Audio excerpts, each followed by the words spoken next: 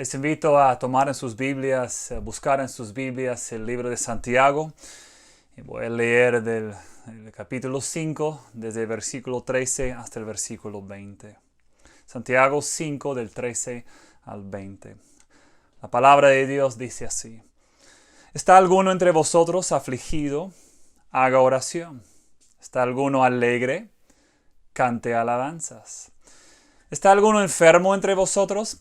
Llame a los ancianos de la iglesia y oren por él, ungiéndole con aceite en el nombre del Señor.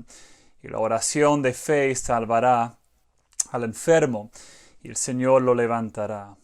Y si hubiere cometido pecados, le serán perdonados.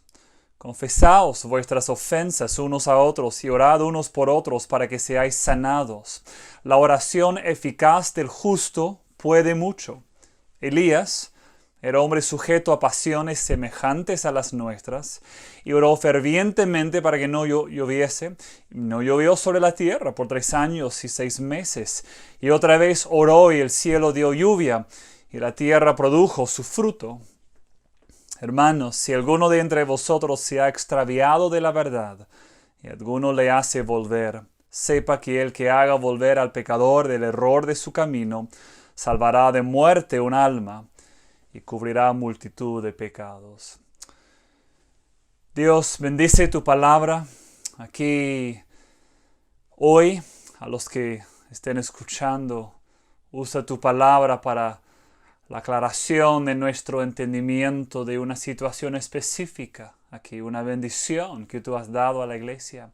Ayúdanos a entender mejor la oración, la enfermedad, la confesión de pecado, la relación entre aquellas cosas.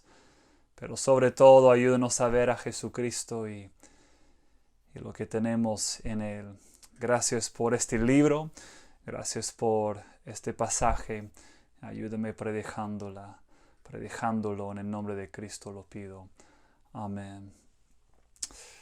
Hoy vamos a terminar nuestra serie en el libro de Santiago. La serie se titula La búsqueda de la integridad espiritual.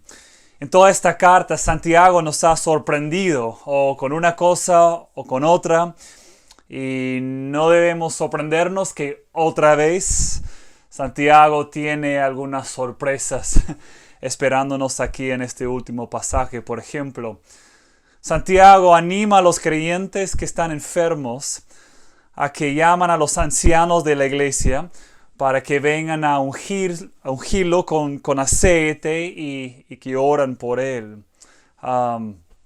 ¿De qué se trata?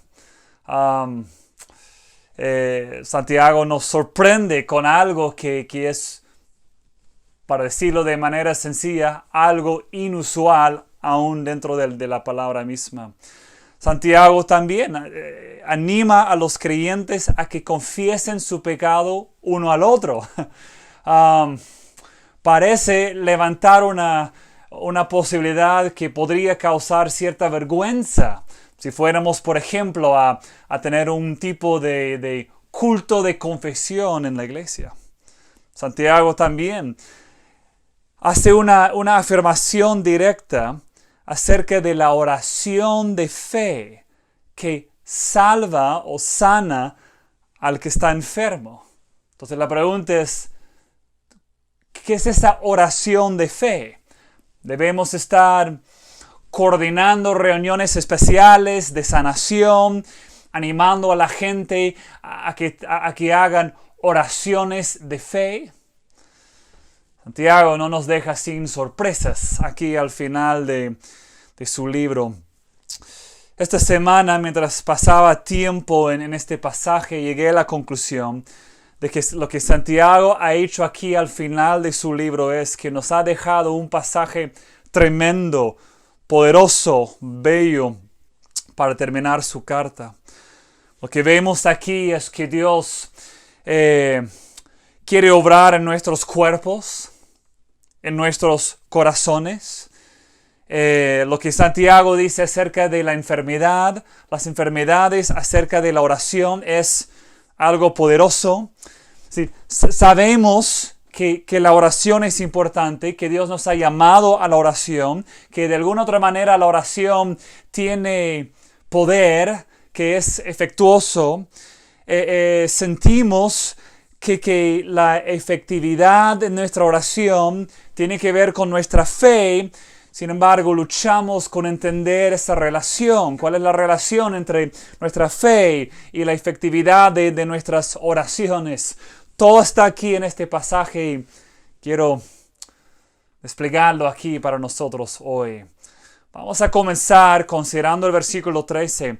Y la verdad que toda la vida nuestra se encuentra bajo la mano de Dios. Versículo 13. ¿Está alguno entre vosotros afligido? Haga oración. ¿Está alguno alegre? Cante alabanzas. Afligido y alegre son dos términos que Santiago usa para describir el panorama completo de las experiencias de la vida. Es correcto decir que en algún momento dado o nos sentimos alegres o nos sentimos afligidos. Y quiero que observen que hay una respuesta cristiana apropiada para todo lo que la vida nos tira. Es decir, te toca sufrir, estás afligido. Santiago dice, te toca orar a Dios. Te sientes alegre, te toca cantar alabanzas a Dios. Todo es a Dios o bajo la mano de Dios. Ninguna experiencia en esta vida debería alejarnos de Dios. Se puede expresarlo así. Tenemos a un Dios para cada temporada de nuestra vida. Me gusta como Juan Calvino lo puso de manera bella. No hay ningún tiempo en el que Dios no nos invite a Él mismo.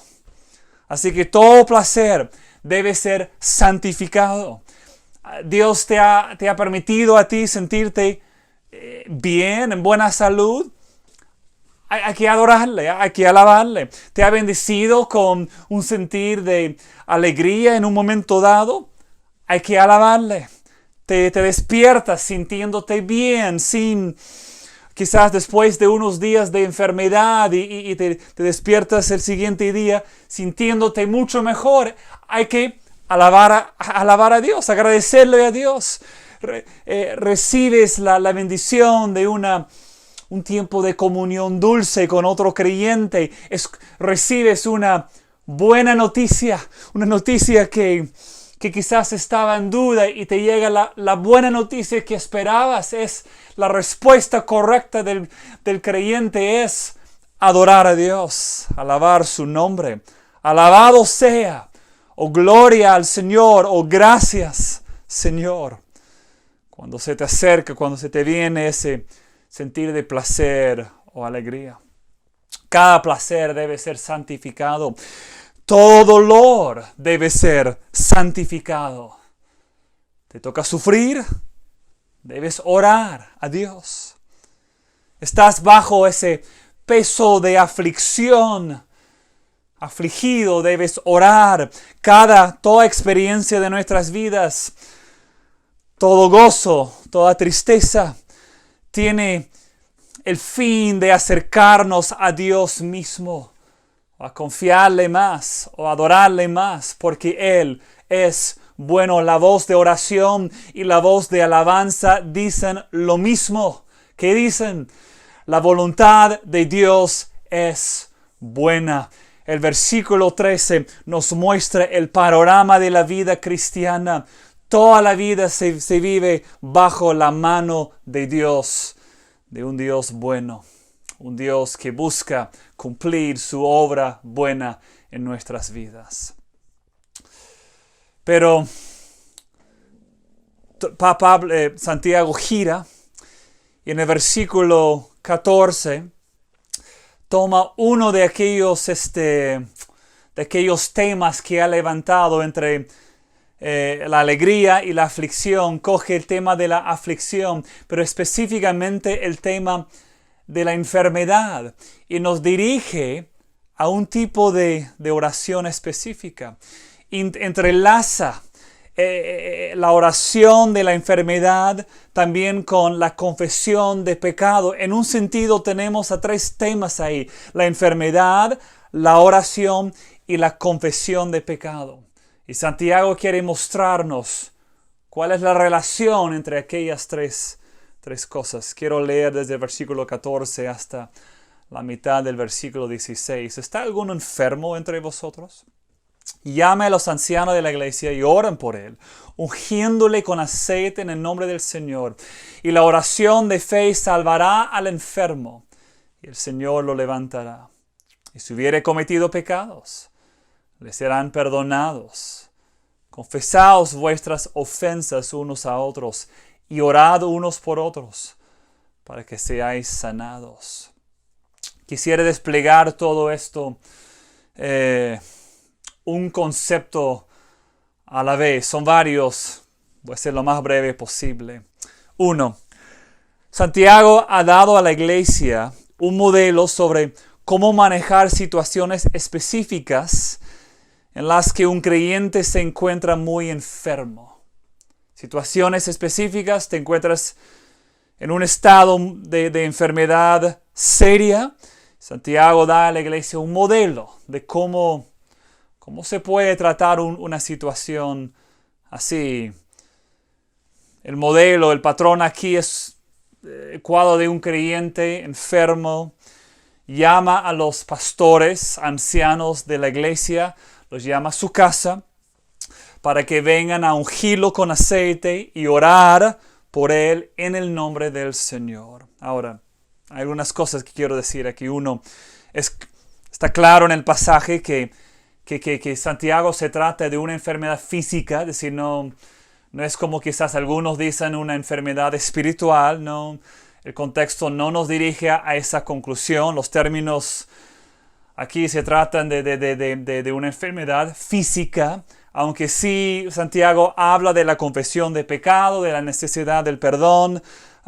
Igual no hay por qué pensar que solo se trata de una situación espiritual, sino Santiago está hablando de enfermedades físicas. Ahora, observan que este ministerio se relaciona con los pastores ancianos de la iglesia. Es decir, no se trata de llamar a un invitado especial como un predicador que tiene la capacidad de sanar a la gente. No se trata de esto. Y quiero que observen que es bello que son los pastores ancianos de la iglesia, a los cuales parece Dios ha dado la posibilidad de un don especial, o no quiero ponerlo en términos de un don, sino de un ministerio especial. Observan que no es un tipo de evento grande de sanación. En realidad no es un evento público, es un evento privado. Es algo que ocurre en la casa de la persona que se encuentra enferma. Observan también que los pastores se acercan para orar acerca de una enfermedad específica. ¿Sí? Santiago dice, ¿está alguno entre vosotros enfermo? Llame a los ancianos de la iglesia. Es una enfermedad específica. Uno se encuentra enfermo con algo específico, debe llamar a los ancianos de la iglesia. Observan también que no necesariamente están orando que Dios haga un milagro visible.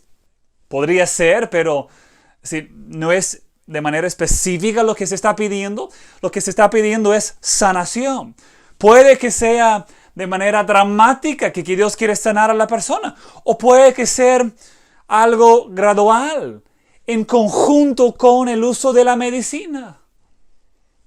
Puede también que Dios decida no sanar a la persona, pero de eso hablaremos un poco más adelante. Se trata de un modelo aquí. Primer concepto aquí, se trata de un modelo. Un modelo de una situación específica. Uno se encuentra enfermo, llama a los ancianos de la iglesia, lo ungen con aceite y oran por él. Segundo principio aquí. Segundo concepto. Este ministerio de oración y unción con aceite debe entenderse como un evento especial y algo inusual.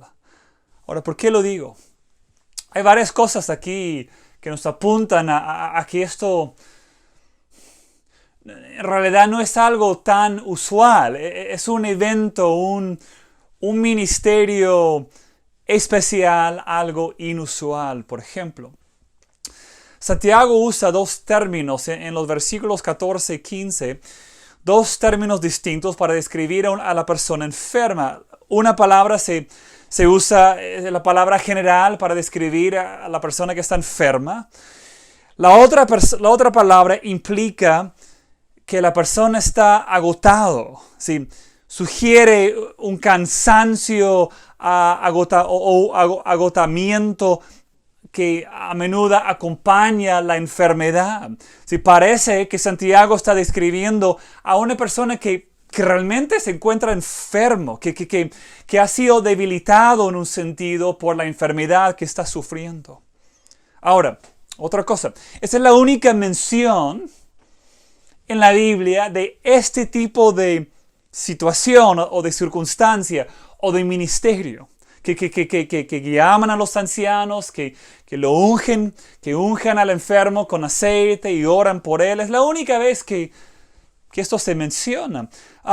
Lo que generalmente encontramos en la Biblia es que los creyentes toman los pasos normales bajo la gracia común de Dios, la medicina disponible, los doctores disponibles. Es decir, no debemos buscar inmediatamente una solución sobrenatural si es que Dios nos ha bendecido en el entorno natural con un remedio. Sí, hay varias cosas en la Biblia que nos apuntan en esa dirección. Por ejemplo, Pablo se refiere a Lucas como el médico amado. Eso se encuentra en Colosenses capítulo 4. Ahora, que Pablo habla de él como el médico amado no tiene sentido si no fuera que Pablo en algún momento aprovechaba del conocimiento médico de su amigo y su compañero Lucas. Otro caso, Pablo le dice a Timoteo que debe tomar un poquito de vino a causa de su estómago y sus enfermedades frecuentes. Es decir, el uso del vino era como un remedio típico en el tiempo para problemas del estómago. Otro caso, en 2 de Timoteo 4, versículo 20, Pablo le dice a Timoteo que había dejado a Trófimo, un compañero suyo, en Mileto, enfermo. Si Pablo lo dejó en Mileto, ¿por qué? ¿Por qué no los acompañó? Porque estuvo enfermo. Y uno tiene que preguntar, ¿por qué no lo ungieron con aceite? ¿Por qué Pablo, que en otros momentos tuvo el poder de sanar a la gente, por qué no lo sanó? Sí, llegamos a la conclusión de que lo que Santiago describe es algo especial, es algo inusual en ese sentido. Hay que pensarlo de esta forma. En el versículo 13, es a todos los creyentes que hemos sido llamados a los que nos encontramos afligidos a orar. Pero en los versículos 14 y 15 parece haber una provisión especial para algo quizás más allá de lo ordinario, ¿sí? Algo extraordinario en el sentido del sufrimiento que está, la aflicción que está sufriendo el creyente. Ahora, un tercer concepto. Y es que la unción con aceite debe entenderse en un sentido simbólico. De hecho, la Iglesia Católica Romana ha tomado este pasaje y lo han invertido para que tenga un sentido que nunca no era la intención de Santiago. La Iglesia Católica tiene un sacramento del enfermo que a veces se llama la extrema unción. su sacramento que la iglesia, un sacerdote puede dar a la persona que está próxima a la muerte. Es, según ellos, un tipo de gracia que es dada, que incluye la remisión de pecados. El punto del sacramento es preparar a la persona para la muerte. Y el fundamento para ese sacramento, para aquel sacramento de la Iglesia Católica es Santiago capítulo 5, este pasaje. Pero es obvio aquí que Santiago no está hablando de preparar a una persona para la muerte, sino al contrario. Está hablando de una persona que Dios quiere sanar. Es decir, la persona está buscando sanación para que vuelva a la vida sin la enfermedad. No es una preparación para la muerte. Este ungir con aceite se trata de algo simbólico. Porque ¿qué simboliza? En los tiempos en que Santiago escribe, el aceite tenía cierta conexión con la medicina, con la sanación. Ahora, yo no creo que Santiago está aquí diciendo que a los ancianos que se pueden sanar a la persona con aceite, que deben hacerlo, pero también orar como algo medicinal y algo espiritual. No creo que es lo que Santiago está diciendo, sino que me parece ser algo simbólico. Mira, hoy día en nuestra iglesia hemos celebrado la Santa Cena del Señor. Los alimentos que Dios nos ha dado como parte de la Santa Cena, el pan, la copa, el jugo, son elementos físicos. Podemos tomarlos, sentirlos, gustarlos en la boca. Y de esa manera física nos ayudan en cuanto a nuestra adoración. Siguen siendo símbolos, pero símbolos físicos que podemos tocar y sentir y gustar. El aceite en ese sentido era algo físico, algo que la persona podría sentir y de esa manera buscar una cercanía a Dios en oración. El aceite como un símbolo físico que podría tocar y sentir, en un sentido siendo un medio para la persona sentir la realidad de la gracia de Dios en su vida.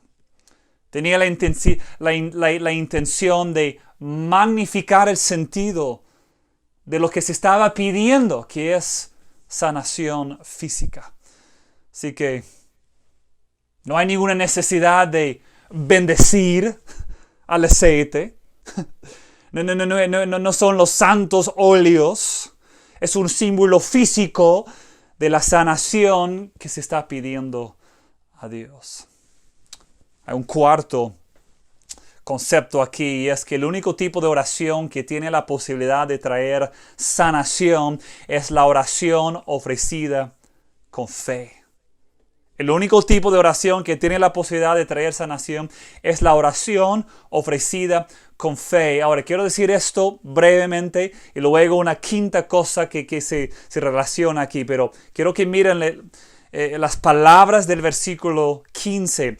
Y la oración de fe salvará al enfermo y el Señor lo levantará. Así que no es el aceite que sana a la persona. Si Dios decide sanar a una persona enferma, de alguna manera se relaciona con un tipo de oración específica. O un tipo específico de oración. Es una oración ofrecida con fe. Ahora, la quinta idea o el quinto concepto aquí. Santiago parece estar describiendo, y digo parece porque quiero decirlo con cierto cuidado, pero así lo entiendo yo. Santiago parece estar describiendo una oración especial en la que Dios elige dar la fe al que está orando, que Dios quiere, que es su voluntad, que Dios quiere sanar a la persona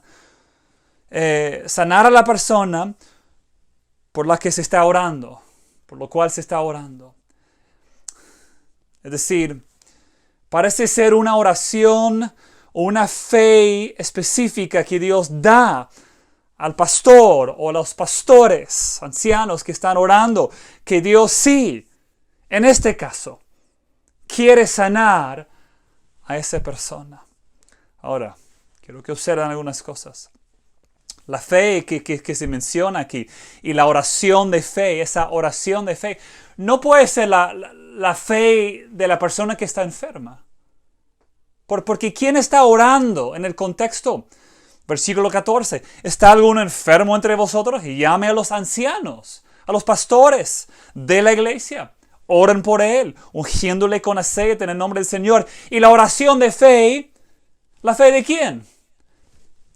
En el contexto es la fe de los pastores ancianos. Entonces, si hay una falta de fe, tiene que ser una falta de parte de los pastores, no de la persona que está enferma. Así, se puede decirlo de esta manera. La fe de la persona que está enfermo ya se ejerció cuando llamó a los ancianos a que vengan a orar por él. Ahí se ejerció su fe. En algunos círculos cristianos, los pastores y los predicadores hacen como cosa grande la fe de la persona que quiere recibir la sanación. Dicen, si tienes la fe suficiente, Dios te va a sanar. Y terminan dañando al creyente en vez de ayudarlo. Porque si Dios decide no sanar a la persona, el creyente termina con una doble carga. Tiene por un lado la enfermedad y por otro lado el sentido de fracaso espiritual por no tener suficiente fe. Y ese tipo de falsa enseñanza tiene la posibilidad de totalmente devastar o destruir la fe de un creyente. Es un peligro grande. Rechazamos esa falsa enseñanza. Creo yo que lo que Santiago describe aquí es una situación especial que pueda o no ocurrir cuando los pastores ancianos se juntan para orar específicamente que Dios sane a tal persona de tal situación. Dios puede elegir dar la fe a los pastores que están orando que Dios quiere sanar al infierno. Si puede Dios dar esa fe a aquellas personas. Mira, cuando oramos de manera bíblica correcta, oramos con la fe que Dios vaya a cumplir, o le pedimos a Dios cumplir su voluntad, sus propósitos.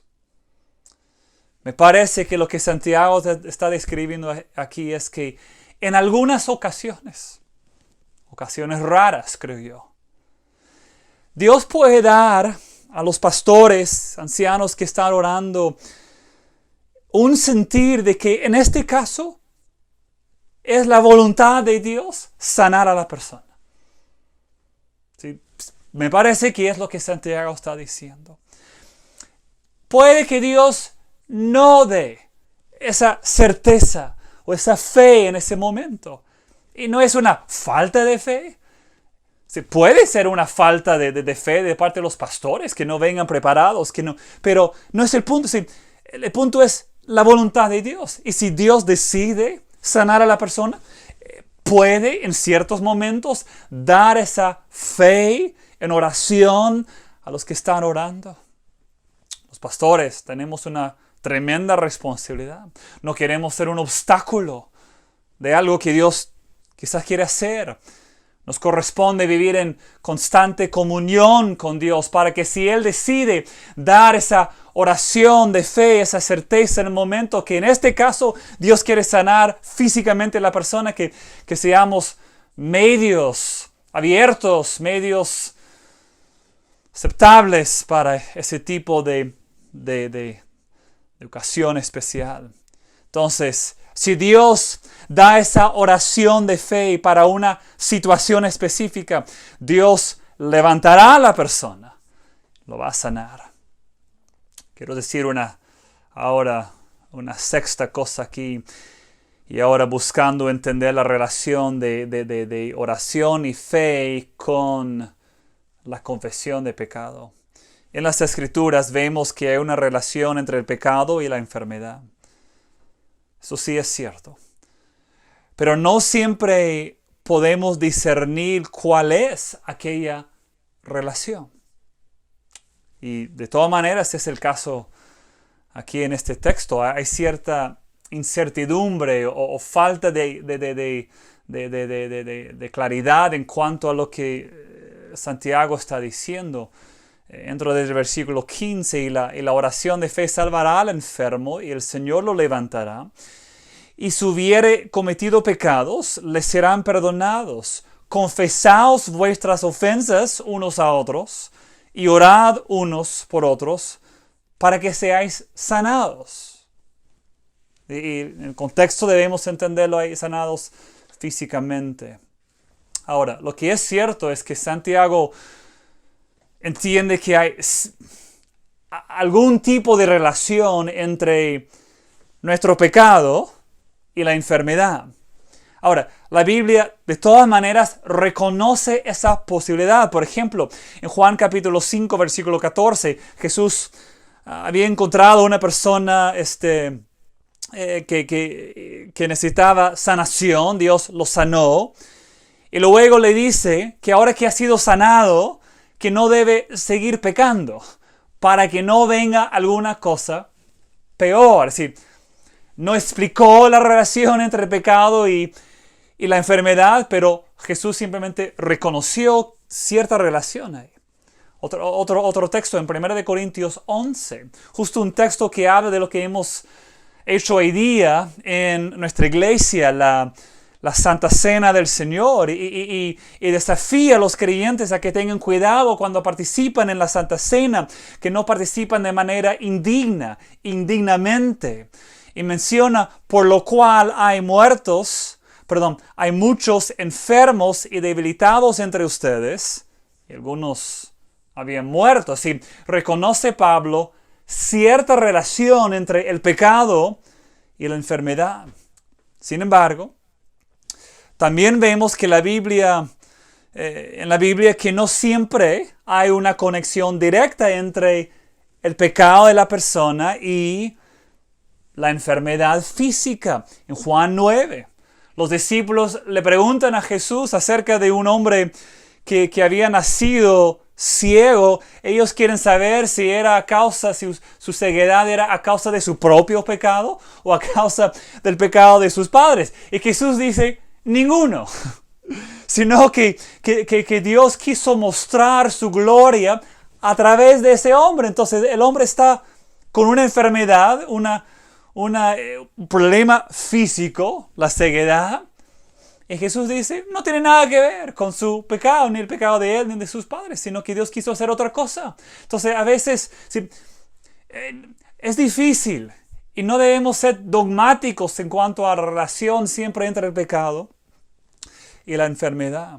Entonces, ¿cómo debemos entender esa relación?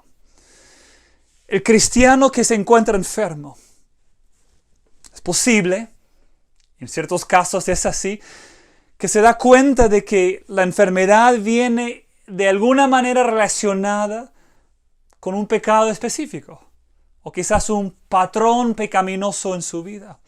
¿Qué debe hacer? Confesarlo. Pedirle a Dios perdón, misericordia y sanación. El cristiano enfermo puede también que pensando, analizando, autoexaminándose, puede que no observe ninguna relación entre su enfermedad y su pecado. ¿Y cómo debe responder? Simplemente debe aprovechar el tiempo de enfermedad como para una autoexaminación en momentos quietos ahí, quizás en la cama misma. Pueda que algunos pecados olvidados llegan a su memoria, llegan a la luz. Ese tiempo de enfermedad se debe aprovechar para recordar y arrepentirse de pecados específicos. Cuando los ancianos, los pastores se acercan a la casa de uno que los ha llamado para ungirlo con aceite y orar por él, es correcto que los pastores aprovechan y le preguntan si hay algún tipo de pecado específico que Dios ha llevado a la luz por medio de esa enfermedad. Eso sería correcto. Quiero decir una séptima cosa aquí. Y es que Santiago nos llama como cristianos al hábito de confesar el pecado a otros, es decir, no solo a Dios. Mira, personalmente yo encuentro mucho más fácil confesar pecado a Dios. ¿Por qué? Porque no lo puedo ver. No siento la misma vergüenza por no tener que verlo físicamente cara a cara y decir, he hecho mal, perdóname. Eso frente a otra persona requiere bastante humildad. Es difícil. Quiero aclarar lo que Santiago está describiendo aquí. La confesión de pecado se hace a la persona contra la cual uno ha pecado. Y lo hace buscando perdón de aquella persona. Es decir, Santiago no nos está animando a programar reuniones de confesión para simplemente avergonzarnos frente a otros. No es el punto. Hay esencialmente 3 tipos de confesión que corresponden a los creyentes. Hay una confesión secreta que se hace a Dios. Hay una confesión privada que se hace a una persona específica, a un grupo pequeño de personas contra los cuales uno ha pecado. Hay una confesión pública, cosa que uno, si su pecado ha tenido un efecto a un grupo más grande, por ejemplo, a toda la congregación, la confesión se debe hacer públicamente. Son principios que deben guiar nuestra confesión. Ahora, quiero que observen conmigo ahora el versículo 16. En medio del versículo 16, Santiago gira del tema de la confesión de pecado y regresa al tema de la oración. Dice ahí, la oración eficaz del justo puede mucho. Es una de las afirmaciones más poderosas en toda la Biblia. Requiere cierta explicación, pero quiero ser breve. Hay 2 detalles importantes aquí en cuanto a esta afirmación de parte de Santiago. Uno es que la oración tiene el poder de ser muy efectiva. Es decir, la oración tiene la posibilidad de efectuar un cambio en los eventos futuros. Aunque nosotros no tenemos la capacidad de entender completamente cómo es que un Dios soberano puede ser influenciado por nuestras oraciones humanas, pero confiamos en lo que la Biblia aquí enseña, que la oración es efectiva. Tiene la capacidad de efectuar un cambio en lo que ocurre en el futuro. 2. La oración efectiva es la que se hace por medio o por uno que es justo. Ahora, es interesante. Sabemos que Santiago no se refiere a uno que está sin pecado, ni a alguien que está quizás completamente maduro espiritualmente hablando. Él menciona el caso de Elías. Y cuando habla de Elías, habla de uno que está sujeto a pasiones semejantes a las nuestras. Enfatiza que no era un hombre, un superhéroe espiritual, sino uno sujeto a pasiones semejantes a las nuestras. ¿Y cuál es el contexto ahí? Sí, el contexto que Santiago menciona en la vida de Elías es cuando él oró fervientemente para que no lloviese y no llovió por medio de 3 años y medio. Oró otra vez y el cielo dio lluvia, la tierra produjo su fruto. Ahora, ¿por qué esto? ¿Cuál es el contexto ahí? El contexto es cuando Elías estuvo en un tipo de confrontación con los profetas de Baal. Y lo que estaba en duda es esto: entre Baal y Jehová, ¿cuál de ellos tiene la capacidad, el poder de responder las oraciones? Los profetas de Baal comenzaron a orar, a cortarse, pidiendo, rogando a su Dios que responda, que da fuego. Elías estuvo ahí burlándose de ellos. ¿Por qué? Porque su Dios, un ídolo, no tiene la capacidad de responder a las oraciones. Pero el Dios de Elías, el Dios nuestro, tiene la capacidad de responder. Mandó fuego. Y luego, cuando Elías pidió, no llovió sobre la tierra 3 años y medio. Cuando otra vez Elías pidió, cayó lluvia. Ese es el contexto ahí. La efectividad de la oración, el Dios que responde a la oración. Es decir, un hombre sujeto a pasiones semejantes como nosotros. Si ora dentro de la voluntad de Dios, es una oración efectiva. Entonces, ¿qué es la oración? La oración es pedirle a Dios que intervenga en el orden natural de su creación, para guiar el orden natural hacia un resultado específico. O pedirle a Dios que actúe de manera sobrenatural en una situación específica para una necesidad específica. En el caso de Elías, Dios intervino en su orden natural para hacer un cambio sobrenatural. Cuando nosotros oramos específicamente por necesidades físicas, estamos pidiendo que Dios intervenga en el orden natural para hacer 2 cosas, o para hacer una de 2 cosas, o para guiar el orden natural de las cosas para que salga un resultado positivo para nosotros en la sanación de un tema físico, o que Dios haga una intervención sobrenatural. Debemos orar de manera humilde, pero con confianza, que Dios hará su voluntad en nuestras vidas. Santiago termina los versículos 19 y 20 con un desafío final en el libro.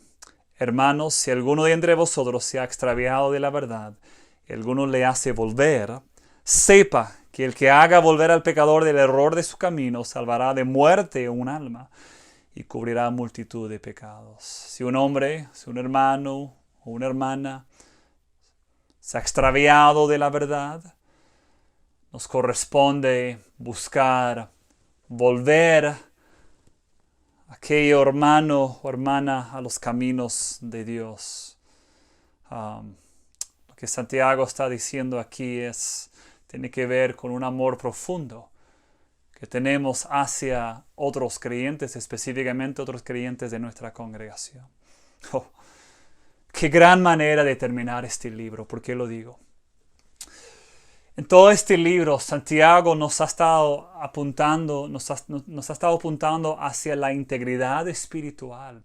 Y su enfoque ha sido nosotros. Es decir, nos está llamando a cada uno a observar nuestras propias vidas.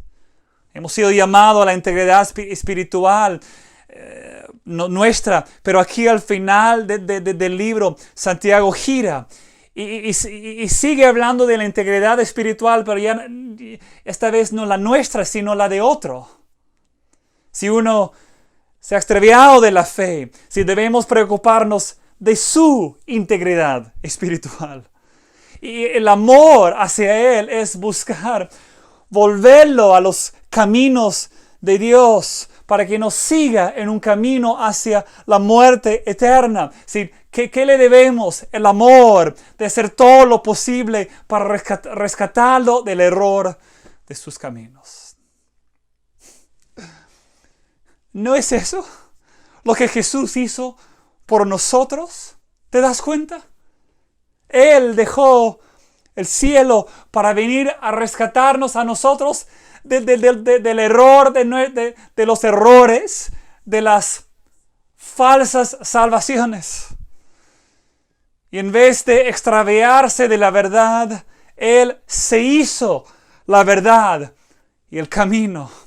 En vez de permitirnos a nosotros morir en el error de nuestro pecado, Él se hizo vida por nosotros. Él es el camino, la verdad y la vida para nosotros que creemos en Él. Mira a Jesús siempre, para que Él sea para ti la vida, la verdad, el camino. Gracias a Dios por Jesucristo. Padre, te agradecemos porque tenemos a un Salvador que no se extravió de su camino, sino vino para salvarnos de nuestro error, de haber buscado la salvación en otras maneras. Gracias por Él. Ayúdanos a cada día a acercarnos más y más a Él. Estas cosas pido en el nombre de Él mismo, nuestro Salvador Jesucristo. Amén. Que Dios te bendiga.